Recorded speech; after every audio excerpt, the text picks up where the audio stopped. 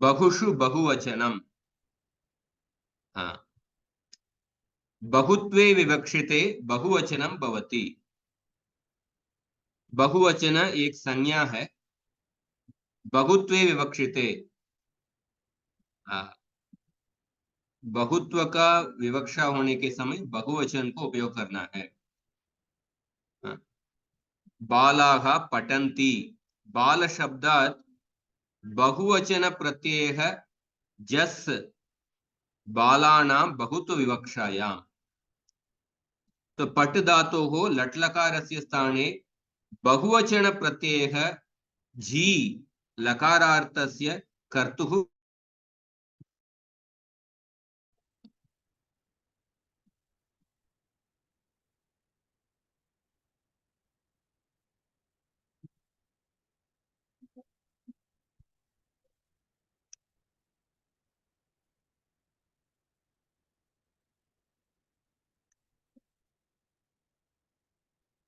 Today I'm in a new place, so this connection is getting cut again.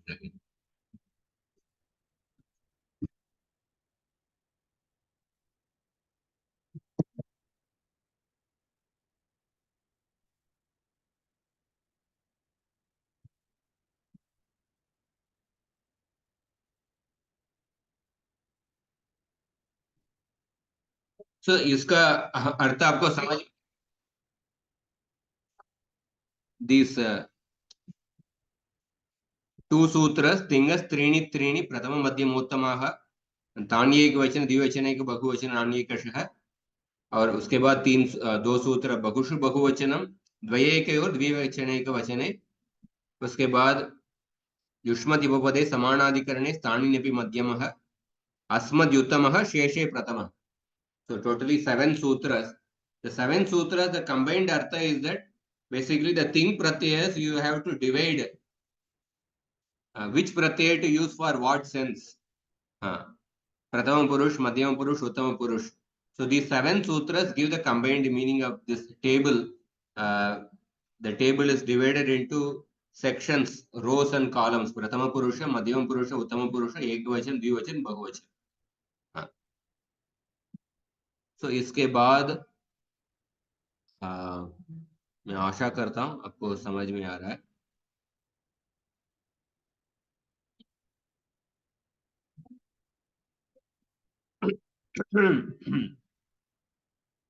ये प्रक्रिया का step से पहले भी हमने देखे हैं। मूल धातु, इत्संज्ञा लोप, प्राकृतिक कार्याणि, ये सब हम देख चुके हैं।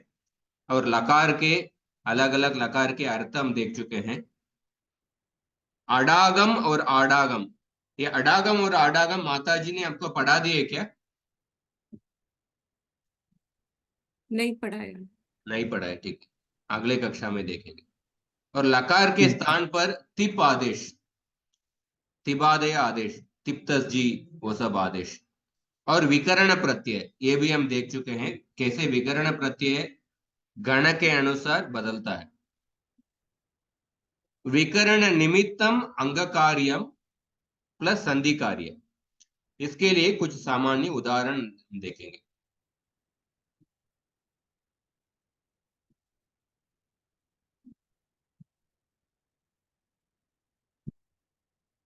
लकार, हाँ, ये सब अनेक लकार है। सार्वधातुक लकार ये 4 लकार, लट लोट लंग विधिलिंग और सार्वधातुक लेट, लेट लकार वेद में है, पर बाकी 4 भाषा में भी है। आर्धातुक लकार चाहिए। अडागम आडागम ये अगले बार देखेंगे। हाँ, तो अंग संज्ञा के लिए ये सूत्र देखिए 1413। यस्मात् प्रत्यय विधिस् तदादि प्रत्ययंगम। सूत्रार्थ है यह प्रत्यय यस्मात् क्रियते तद आदि शब्द स्वरूपम तस्मिन् प्रत्यय परे अंग संज्ञम स्यात्। जो प्रत्यय जिस एंटिटी से आप अटैच करने वाले हैं उस प्रत्यय के आदि शब्द स्वरूप को हम अंग संज्ञा मिलेगा। तद आदि शब्द स्वरूपम तस्मिन प्रत्यय परे, उस प्रत्यय परे होने पर उस प्रत्यय के आदि शुद्ध स्वरूप को उस प्रत्यय के अंग ऐसा कहेंगे। अंग संज्ञा के बारे में पहले भी हम देख चुके हैं। उदाहरण देखिए, भू धातु के लिए लट लकार, लट लकार के स्थान पर तिप प्रत्यय आया है, और भू धातु और तिप प्रत्यय के बीच में कर्तरी शब्द, ये विकर्ण प्रत्यय आया है। विकर्ण प्रत्यय का इत संज्ञा लोप होने के बाद केवल अ बचा है। बू आ और ती, तिप का सिर्फ ती बचा है। तो अभी देखिए, यह प्रत्यय शप प्रत्यय, शप प्रत्यय ले लीजिए, शब भी प्रत्यय है और ती भी प्रत्यय है। शप प्रत्यय है यस्मात् क्रियते, शप प्रत्यय जिनको अटैच कर रहे हैं भू धातु से। तद आदि शब्द स्वरूपम, शप प्रत्यय के आदि शब्द स्वरूप क्या है? भू। ये भू तस्मिन प्रत्यय परे, मतलब शप प्रत्यय परे होने पर इस भू का अंग संज्ञा मिलेगी। अतः शपः अंगम भू इति, इसलिए शप प्रत्यय का अंग क्या है? भू है। अगर आप तिप तिप प्रत्यय ले रहे हैं तो तिप प्रत्यय किन से अटैच कर रहे हैं? यस्मात् क्रियते भू इत्यस्मात्, तद आदि शब्द स्वरूपम भू प्लस अ। सो ती को किन से अटैच कर रहे हैं? भू धातु प्लस शप, भू प्लस अ। तो इसीलिए तिप प्रत्यय का अंग क्या है? भू प्लस अ, ये अंग संज्ञा। तो अंग संज्ञा का फल क्या है? अंग संज्ञा का फल देखेंगे तो आप देखिए 641, 641 सूत्र क्या है? अंगस्य, ये अधिकार सूत्र है। तो इस अधिकार में, अंग के अधिकार में जो भी सूत्र बताए गए हैं वो सब अंग कार्य के सूत्र हैं। अंग अधिकार का सूत्र बहुत बड़ा अधिकार है। 641 से लेके अस्मात् सूत्रात् आरभ्य सप्तमाध्यायस्य अंतपर्यन्तं सर्वेषु सूत्रेषु अंगस्य इति अध्याहारः कर्तव्यः। सो 641 से लेकर 7th अध्याय के चतुर्थ पाद के अंत तक जो भी सूत्र बताया गया है, ये सब सूत्र अंग कार्य का सूत्र, मतलब 5 पाद में, छठे अध्याय के चतुर्थ पाद है और 7वें अध्याय के सभी 4 पाद, 5 पादों में अंग कार्य के सूत्र बताए गए हैं।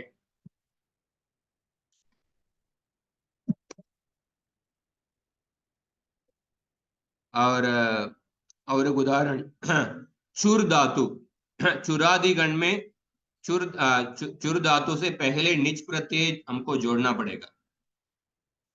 निच प्रत्यय जोड़ने के बाद, जैसे सनाद्यंत धातवः में बताया था ना, सनादि प्रत्ययों को औपदेशिक धातुओं से जोड़ने के बाद सनाद्यंता धातवः इस सूत्र से धातु संज्ञा मिलती है। तो सनादि प्रत्यय को जोड़ने के बाद जो धातु मिल, उस धातु को हम आतिदेशिक धातु कहते हैं। सनादि प्रत्यय 12 प्रत्यय है, उसमें एक प्रत्यय है निच प्रत्यय। सो चुर धातु प्लस निच, निच प्रत्यय चुर प्लस निच, इसको धातु संज्ञा मिलेगा। और उसके बाद हम तिप प्रत्यय जोड़ेंगे, उसके लिए विकर्ण प्रत्यय शप प्रत्यय आएगा। अभी निच प्रत्यय का अंग क्या है? चुर। शप प्रत्यय का अंग क्या है? चुर प्लस निच, चुर प्लस निच। ये सिर्फ अंग संज्ञा कौन सा प्रत्यय के लिए? प्रत्यय के आदि शब्द स्वरूप अंग।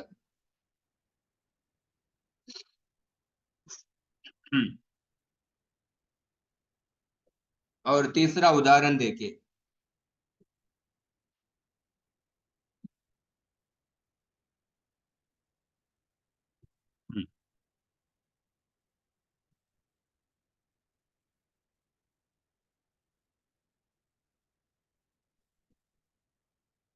सम सम उपसर्ग, उपसर्ग इज अ स्पेसिफिक संज्ञा, उसको आगे देखेंगे। सम उपसर्ग, सम उपसर्ग से पट धातु को हम जोड़ रहे हैं,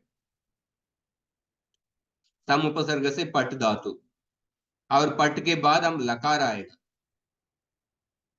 लकार के स्थान पर आप तिप प्रत्यय लेके आ रहे हैं या जो कोई भी प्रत्यय। अभी हाँ, इस तिप प्रत्यय का अंग क्या होगा? पट धातु, पट अंग होगा। हाँ, इसके पहले वो जो सम उपसर्ग है, पर उपसर्ग को हम अंग अंग के अंदर हम जोड़ना नहीं चाहिए, उपसर्ग को अंग के अंदर जोड़ना नहीं चाहिए, हम पट धातु को ही जोड़ना चाहिए। उसके लिए एक उदाहरण। हाँ, तो उपसर्ग होगा तो उपसर्ग को, उपसर्ग धातु के पहले आता है, पर उपसर्ग को मत जोड़िए, सिर्फ धातु को ही रखिए। हाँ,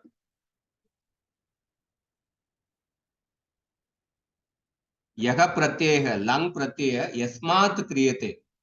लंग प्रत्यय किससे हम कर रहे हैं? पट धातु से कर रहे हैं। तद आदि शब्द स्वरूपम, उसके आदि शब्द स्वरूप क्या है? पट। तो इसलिए पट को ही अंग संज्ञा मिलेगी, सम उपसर्ग, सम प्लस पट को नहीं मिलेगा, केवल पट के लिए। तो अगर उपसर्ग धातु के पहले होगा तो, और उपसर्ग को अंग के अंदर जोड़िए मत, केवल धातु को जोड़िए। हाँ, ये अंग संज्ञा के लिए तीसरा उदाहरण।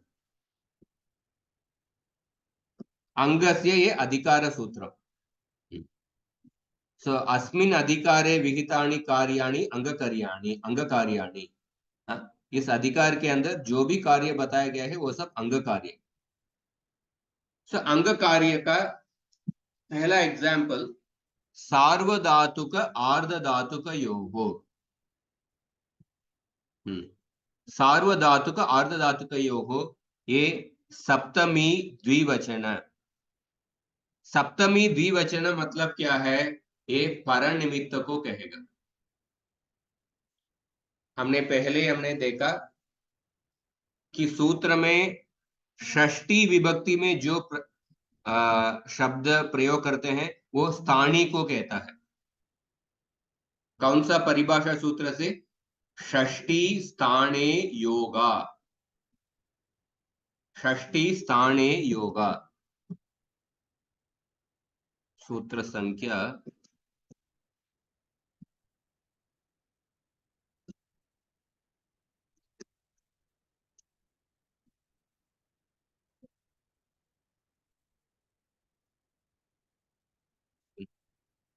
30 स्थाने योगा।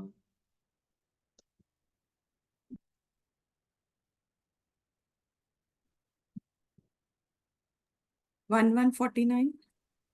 1149। Thank you. तो षष्ठी स्थाने योगा, सूत्रेषु विद्यमानया षष्ठी विभक्त्या यत्र संबंधस्य स्पष्टं ज्ञानं न भवति तत्र षष्ठी विभक्तिः स्थानिनः निर्देशं करोति। The simple meaning is that when the Shashthi vibhakti is used in the sutra, Shashthi vibhakti shabda is used in the sutra, when it does not indicate a clear relationship, then you have to understand that the Shashthi vibhakti shabda is indicating the sthani. Shashthi sthane yoga. Shashthi vibhakti shabda in the sutra, when it is specifically not mentioned about a particular relationship, then you have to understand that the Shashti Vibhakti Shabda is actually indicating the Sthani. And Saptami Vibhakti Shabda is indicating the Paranimitta. Tasmin Niti Nirdeshte Purvasya. ये सूत्र भी हमने पहले 1166 तस्मिन् नीति निर्दिष्टे पूर्वस्य सूत्रेषु सप्तमी विभक्तेः साहाय्येन यस्य शब्दस्य उल्लेखः क्रियते तस्मात् अव्यवहितस्य पूर्वस्य कार्यं भवति। सूत्र में सप्तमी विभक्ति से जो भी शब्द उपयोग किए हैं उस शब्द के बिल्कुल पहले कार्य होगा, मतलब उस शब्द के बिल्कुल पहले स्थानीय होगा। मतलब ये सप्तमी विभक्ति के शब्द परनिमित्त को कह रहा है, परनिमित्त को कह रहा है। और तस्मादित्युत्तरस्य 1167 सूत्रेषु पंचमी विभक्तेः साहाय्येन यस्य शब्दस्य उल्लेखः क्रियते तस्मात् अव्यवहितस्य परस्य कार्यं भवति। सूत्र में पंचमी विभक्ति से जो भी शब्द उपयोग करते हैं उसके बिल्कुल तुरंत उसके बिल्कुल बाद जो एंटिटी है उसके स्थान पर कार्य होगा।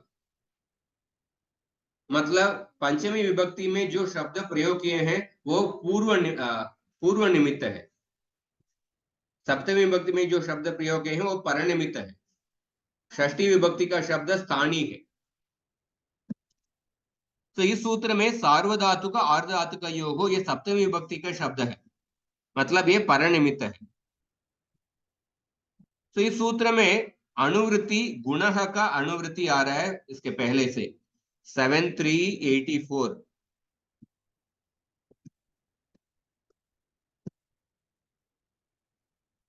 सार्वधातुक आर्धधातुकयोः इधर 7382 मेदेर गुणः इस सूत्र से गुणः शब्द का अनुवृत्ति आ रहा है। तो गुणः शब्द प्रथमा विभक्ति में प्रथमा एकवचन, मतलब वो कार्य को कह रहा है। स्थानीय के जगह पे जो भी आदेश या आगम वो प्रथमा विभक्ति में आएगा। और कौन सा इधर स्थानीय क्या है, षष्ठी विभक्ति में कोई भी शब्द उपयोग नहीं किए हैं, अनुवृत्ति से भी कोई नहीं आ रहा है। तो स्थानीय क्या है, किसके जगह पे गुणा करना है। परिणमित तो समझ लिए सार्वधातुक आर्धधातुकयोः, ये परे रहने पर हमको गुणा करना है, पर किसके स्थान पर करना है। सार्वधातुक आर्धधातुकयोः को इसके बिल्कुल पहले करना है, पर कौन सा वर्ण के स्थान पर गुणा करना है। गुणा मतलब ये भी हम पहले समझ चुके हैं, अदेन गुण है। गुणा इंडिकेट्स 3 लेटर्स आ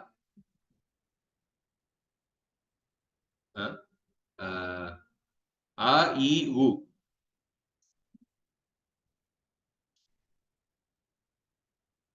सॉरी आ ये वो। वृद्धि मतलब आ आई औ,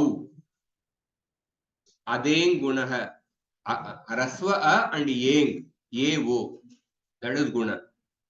सो किसके स्थान पर गुणा करना है, इसके लिए एक परिभाषा सूत्र है, इको गुण वृद्धि 113।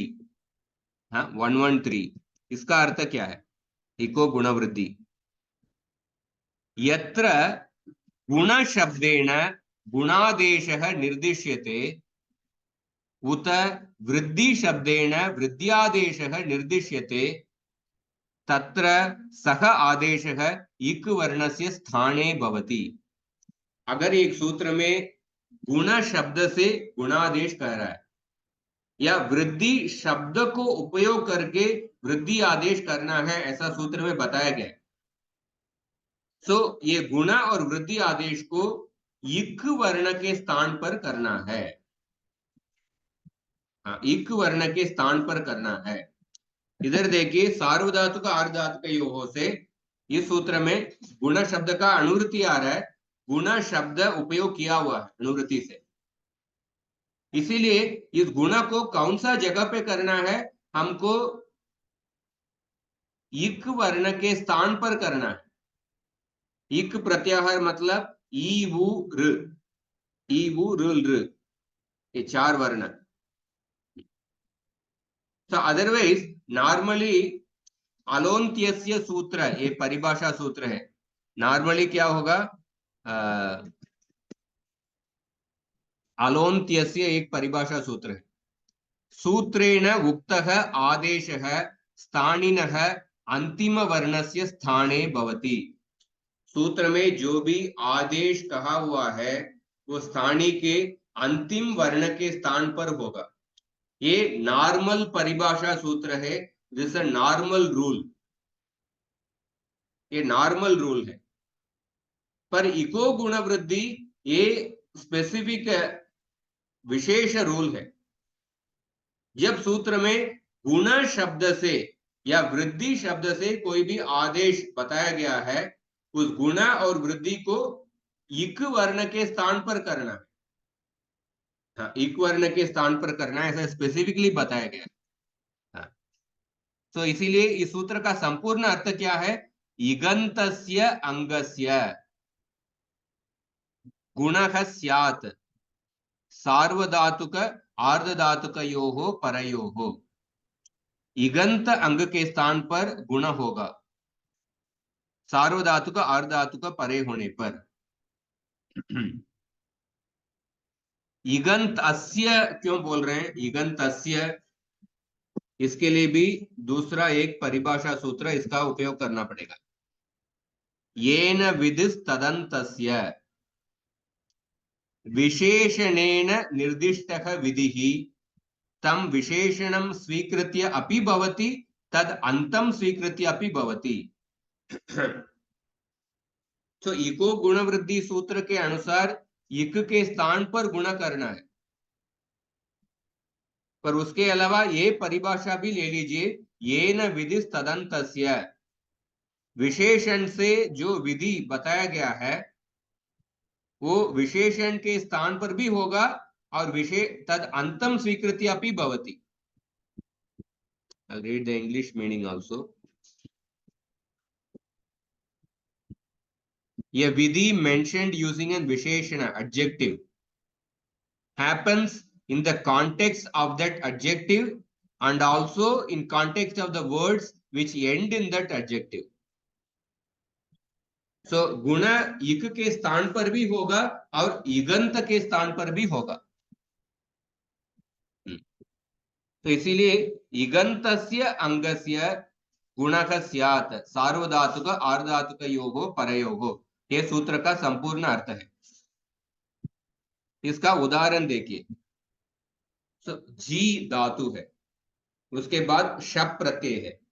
ये शप प्रत्यय क्या है, सार्वधातुक प्रत्यय। कौन सा सूत्र से, तिंशित सार्वधातुकम, इस सूत्र से इसका सार्वधातुक संज्ञा मिल गई। इसलिए हम सार्वधातुक आर्धधातुक इस सूत्र को हम अप्लाई कर सकते हैं। तो सार्वधातुक प्रत्यय परे होने पर इगंत अंग को गुण होगा। सो जी इगंत अंग है क्योंकि इकारांत अंग में है, अंत में है। तो ई के स्थान पर गुण करना है। तो गुण मीन्स 3 ऑप्शंस आर देयर, आ, ये और वो। तो ई के स्थान पर you have to choose one among the 3 letters, a, ये and वो। तो कौन सा लेटर चूज करना है, उसके लिए आपको स्थानेंतर तमः इस सूत्र के सहायता लेना पड़ेगा। स्थानेंतर तम सूत्र के सहायता लेके सबसे सदृशतम वर्ण को आपको चूज करना है। सदृशतम वर्ण को पहले आपको स्थानी और उसके बाद आभ्यंतर प्रयत्न, इन दोनों के आधार पर सदृशतम वर्ण को चूज करना है। तो ई का स्थानी, ई का उच्चारण स्थान क्या है, ई का उच्चारण स्थान है इचु यशाणाम तालु। और गुण में 3 लेटर है, आ, ये और वो। आ का उच्चारण स्थान कंठ, ये का कंठ तालु, वो को कंठोष्ठ। तो सबसे सदृशतम वर्ण क्या होगा, ये ही होगा। दैट इज द क्लोजेस्ट सदृशतम। इसलिए ई के स्थान पर ये होगा जे, जे आ अजा होगा। और जे आ करने के बाद आपको ये चो यवा यावह, वो संधि सूत्र इसका अगला स्टेप है। इसलिए जय बनेगा, और तिप प्रत्यय होने के बाद जयति ऐसा रूप बनेगा। तो इधर नी प्लस आ, इधर भी वही सार्वधातुक आर्धातुक हो, ईकार के स्थान पर भी अनुदित सवर्ण से चा प्रत्यय है, अविधीयमान अण और उदित में सवर्ण को ग्रहण कर सकते हैं, इसीलिए ह्रस्व ई के स्थान पर भी सार्वधातुक आर्धातुक का सूत्र अप्लाई होगा, और दीर्घ ई के स्थान पर भी इस सूत्र का एप्लीकेशन होगा। तो अनुदित सवर्ण से चा प्रत्यय उस सूत्र का भी उपयोग हो रहा है, देखिए। तो नी में दीर्घ इकार के स्थान पर भी गुणा होगा, सानेन्द्र तमः, इस सूत्र के अनुसार सदृश तम वर्ण क्या होगा, एकार, इसलिए ने प्लस है, उसके बाद येचो यवायावः नय, और तिप प्रत्यय जोड़ने के बाद नयति ऐसा रूप। ध्रुव प्लस अ, इधर भी वही सार्वधातुक के आर्धातुक की ओर से अभी सदृशतम वर्ण क्या होगा, वो होगा, क्योंकि उकार का उपपदमानीयानाम ओष्टव, ओकार का कंठोष्टम, सो सदृशतम वर्ण ओकार होगा। सो द्रो प्लस अ, और उसके बाद येचो यवायावः द्रवती, उसी तरह भू, दीर्घ उकार अगेन अनुदित सवर्ण से चा प्रत्यय है, तो हम सवर्ण का ग्रहण कर सकते हैं, दीर्घ उकार। सृ धातु देखिए, सृ प्लस शप, सृ प्लस शप में हम गुणा करना है तो क्या होगा, ऋकार के स्थान पर गुणा करना है। तो कौन सा वर्ण को चूज करेंगे, ऋकार का ऋतु रसाणाम मूर्धा है उच्चारण स्थान, गुणा में आ का कंठ, ये का कंठतालु, वो का कंठोष्टम,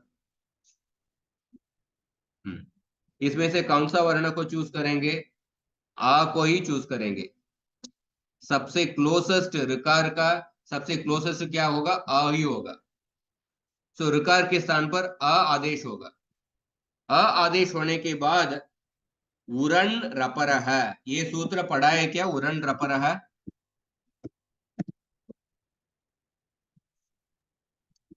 जी पढ़ा है। उरन रपर है, ये सूत्र कहता है ऋवर्णस्य आदेश रूपेण विधीयमानात् अवर्णात् इवर्णात् उवर्णात् अनंतरम नित्यम रेफः लकारः विधीयते।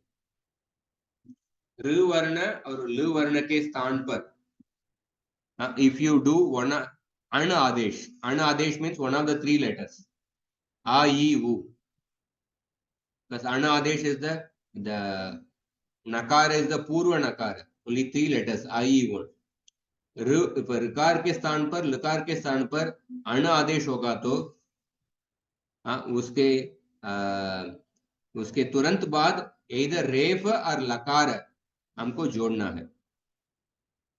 अनंतरम नित्यम यथा संख्यम, ऋवर्ण के बाद रेफ को जोड़ना है, लुवर्ण के बाद लकार को जोड़ना है। इसीलिए आप देखिए उरण रपर के सूत्र का भी काम आ रहा है। सो श्रु के स्थान पर, ऋ के स्थान पर अकार आदेश होने के बाद उरण रपर से रेफ को भी जोड़ के सर, सर, सर प्लस अ, और उसके बाद तिप प्रत्यय जोड़ने के बाद इसमें जो सरती है। आचार्य, इसमें जो षष्ठी थी ओहु, ओहु उसका क्या मतलब है, पुरन रपर में, इसमें पुरन रपर में जो षष्ठी थी ओहु, उसका क्या अर्थ है। उरण रपर है, इस सूत्र को आप स्प्लिट करेंगे तो क्या है, वुहु अण रपरः, पदच्छेद करेंगे तो ऐसा होगा, वुहु अण रपरः। वुहु शब्द तो इसमें ऋकार का षष्ठी एकवचन। अच्छा, रकार का षष्ठी, ओके। पितृ शब्द का षष्ठी एकवचन क्या है, पितुहु। पितुहु, उसी मातृ शब्द का मातुहु। केवल ऋ शब्द अच्छा, का षष्ठी एकवचन क्या है, उहु। ओहो, हाँ ठीक, धन्यवाद। तो इस तरफ आप देखिए सर, जी धातु का उसी तरफ जी प्लस यत प्रत्यय, यत प्रत्यय भी तिंशित सार्व, यत प्रत्यय सार्वधातुक प्रत्यय नहीं है पर आर्धधातुक प्रत्यय। तिंशित सार्वधातुकम, ये तिंग के अंदर भी नहीं है, शित के अंदर भी नहीं है, पर आर्धधातुकम शेषः, ये आर्धधातुक प्रत्यय है। तो इसलिए सार्वधातुक आर्धधातुक हो, ये सूत्र अभी भी अप्लाई कर सकते हैं। तो इसे गुण होगा जे प्लस य, नी प्लस यत, नेय, ध्रु प्लस यत द्रोय। इस तरफ सार्वधातुक आर्धधातुक हो, ये सूत्र का उदाहरण है। और दूसरा अंग ये कार्य का, यत प्रत्यय, हाँ आचार्य, ये यत प्रत्यय वो है क्या जो कर्मणि भावे के लिए बोला था नहीं, वो यक सार्वधातुक में? प्रत्यय, वो यक प्रत्यय, ये यत अच्छा प्रत्यय ये कृत प्रत्यय में आता है, कृदंत में आएगा। अच्छा, तव्यत तव्य चलिए। रणीयर यत। उसका अर्थ क्या हुआ यत प्रत्यय का? यत प्रत्यय का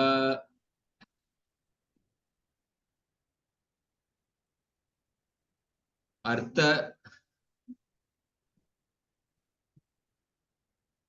अवश्यम करने वाला, उस अर्थ में आता अच्छा है। अवश्य, ये जो क्रिया को अवश्य करना चाहिए उस अर्थ में हाँ, आता है। उसके अलावा और भी अर्थ आता है, 7-8 अर्थ आता है। अच्छा, हाँ। धन्यवाद।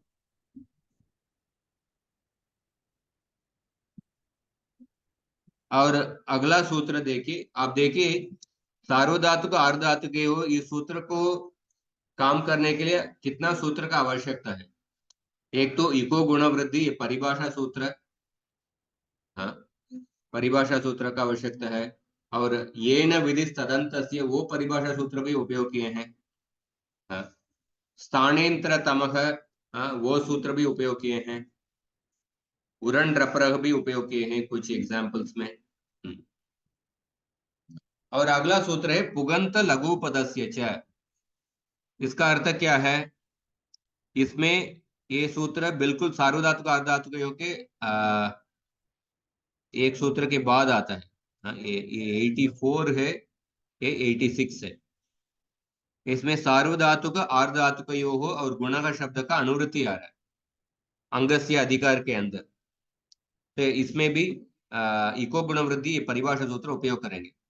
तो पुगंतस्य, पुगंत लघु पदस्य च, इसको स्प्लिट करेंगे तो पुगंतस्य लघु पदस्य च अंगस्य इकः गुण स्यात् सार्वधातुक आर्धधातुक योः परयोः। तो पुगंतस्य मतलब एक पुक आगम होगा। पुक आगम किधर होगा, हम चुरादिगण के प्रक्रिया में हम देखेंगे। पुक आगम चुरादिगण के प्रक्रिया में आएगा। पर पुगंतस्य मतलब पुक जिसके अंत में, ये अर्थ है। लघु पदस्य, लघु, लघु मतलब क्या है? ह्रस्वम लघु संयोगे गुरु दीर्घम च, ये 3 सूत्र में हम पढ़ चुके हैं।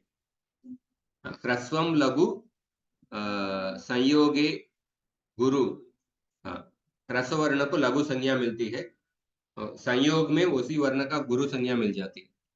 तो लघु पदस्य च अंगस्य लघु उपदा, उपदा में लघु वर्ण होगा तो अगर वो वर्ण इक होगा तो उस इक के स्थान पर गुण होगा सार्वधातुक आर्धधातुक परे होने पर। इसका उदाहरण देखिए, चित्त धातु और शप प्रत्यय। ये शप प्रत्यय सार्वधातुक प्रत्यय है। इसके पहले उपदा में, उपदा मतलब क्या है? अलोन्त्यात पूर्व उपदा, the second last letter, penultimate letter.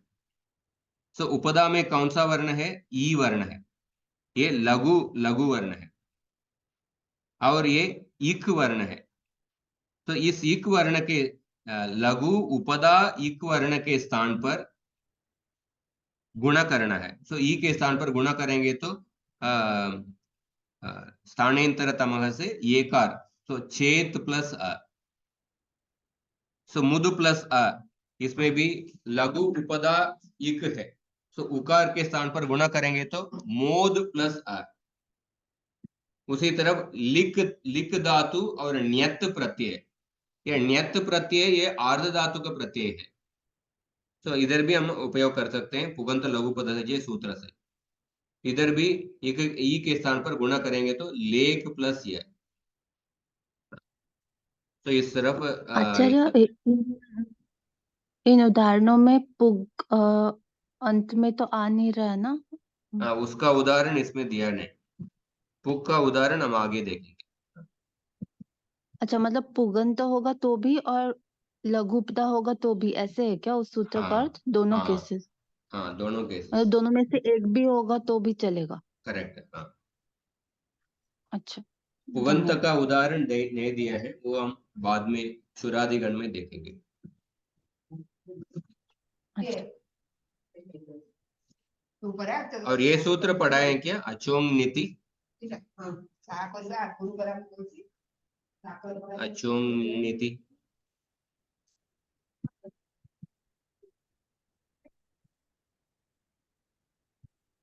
मैंने मेंशन किया था, शायद पढ़ाया नहीं था। अथ उपदायाः।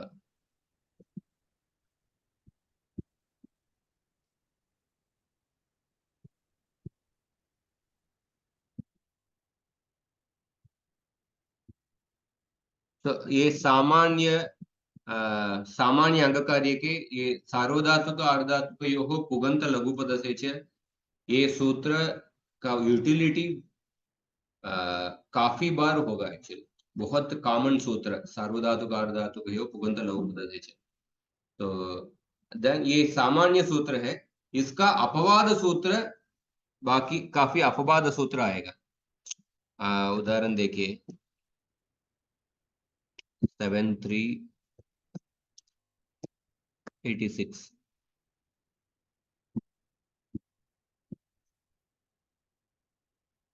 सार्वधातुक अर्धातुकयोः पुगंत लघुपद से च, ये दोनों सामान्य सूत्र है। इसका अपवाद सूत्र ये सब सूत्र है। जाग्रो विचिन्नल नित्सु नाभ्यस्तस्याचि पिति सार्वधातुके भूसु वोस तिंगी, ये सब अपवाद सूत्र उस स्थान पर हम देखेंगे। उतो वृद्धिर लुकी हली पूर्णोतेर विभाषा गुणो प्रक्ते, इधर तक ये सब अपवाद सूत्र आता है। और जुसी च मिदेर गुण है, ये भी अपवाद सूत्र है, मिदेर गुण है। तो इसको हम उस स्थान पर देखेंगे। ये दोनों सामान्य सूत्र है। उसके अलावा एक मिनट,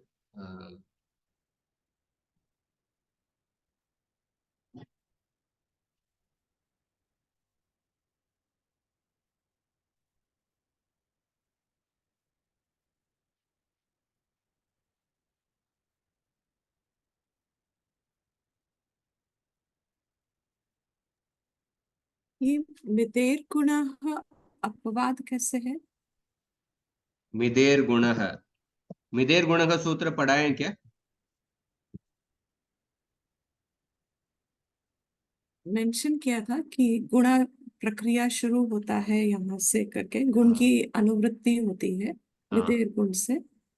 मिदेर तो अंगस्य इस इकः गुणो भवति शिति प्रत्यये परे परतः मेद्यति मेद्यतः मेद्यन्ति शिति इत्येव मेद्यते।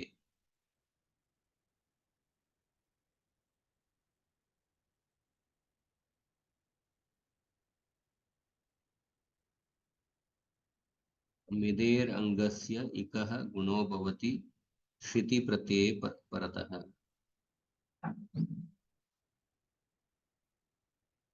मिदेरेको गुणः स्यात् संज्ञक शकारादौ प्रत्यये आदिशित्व अभावः।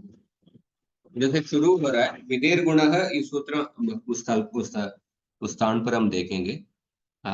ये भी अपवाद सूत्र है, तो मुझे तुरंत मुझे समझ में नहीं आ रहा है। हाँ, बाद में बताता हूँ। हाँ जिस 5 मिनट बात करेंगे।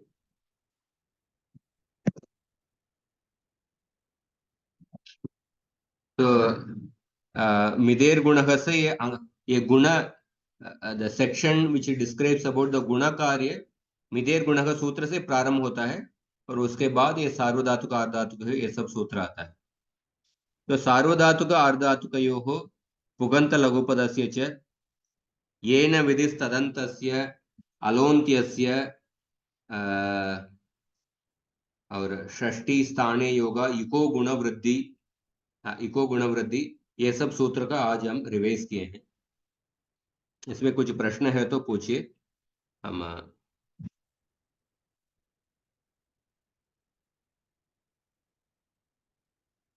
तो परिभाषा सूत्र इको गुण वृद्धि इस परिभाषा सूत्र परिभाषा अधिसूत्रस्थ षष्ठी स्थाने योग अलोन्त्यस्य तस्मिन्निति निर्दिष्टे पूर्वस्य तस्मादित्युत्तरस्य इको गुण वृद्धि ये सब परिभाषा सूत्र है।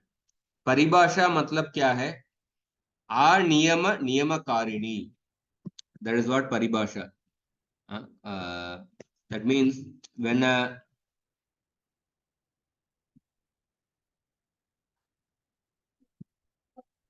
paribhasha means aniyame niyamakarini, that aniyame niyamakarini paribhasha.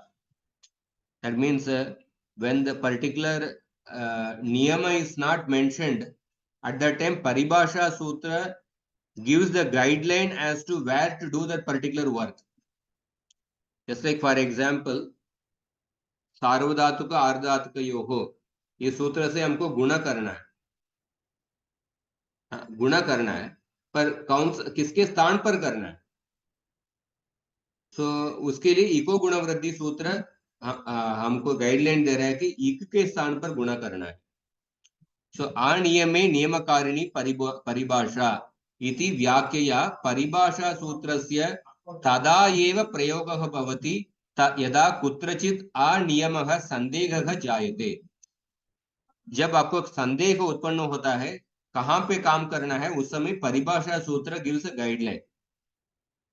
इत्युक्ते कस्य वर्णस्य गुणः वृद्धिः वा स्यात्, कौन सा वर्ण के स्थान पर गुण वृद्धि करना है, ऐसा आपको प्रश्न उठ रहा है। इत्यस्मिन् विषये संदेह यथा उपपद्यते तदा एव प्रकृतसूत्रस्य प्रयोगः करणीयः। यत्र एतादृशः संदेहः न भवति इत्युक्ते यत्र स्थानिनः स्पष्टरूपेण निर्देशः कृतः अस्ति तत्र तु प्रकृतसूत्रस्य प्रयोगः न भवति। जहां पर आपको संदेह नहीं हो रहा है, अगर सूत्र में स्पष्ट रूप से बताया गया है कि इस स्थान में ही आपको गुण वृद्धि करना है, ऐसा स्पष्ट रूप में बताया गया है, सो उधर उस जगह पे आपको इस परिभाषा को उपयोग करने का जरूरत नहीं। सो अनियमे जहां पे संदेह हो रहा है कौन सा स्थान पर गुण और वृद्धि करना है, उस स्थान पे ही हमको इको गुण वृद्धि इस परिभाषा को उपयोग करके इक वर्ण के स्थान पर गुण वृद्धि करना है, ऐसा हमको समझना चाहिए। सो जैसे देखिए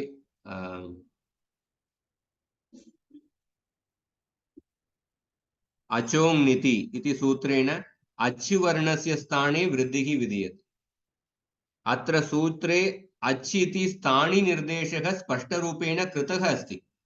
सूत्र में अच्छ के स्थान पर वृद्धि करना है ऐसा स्पष्ट रूप में बताया गया है।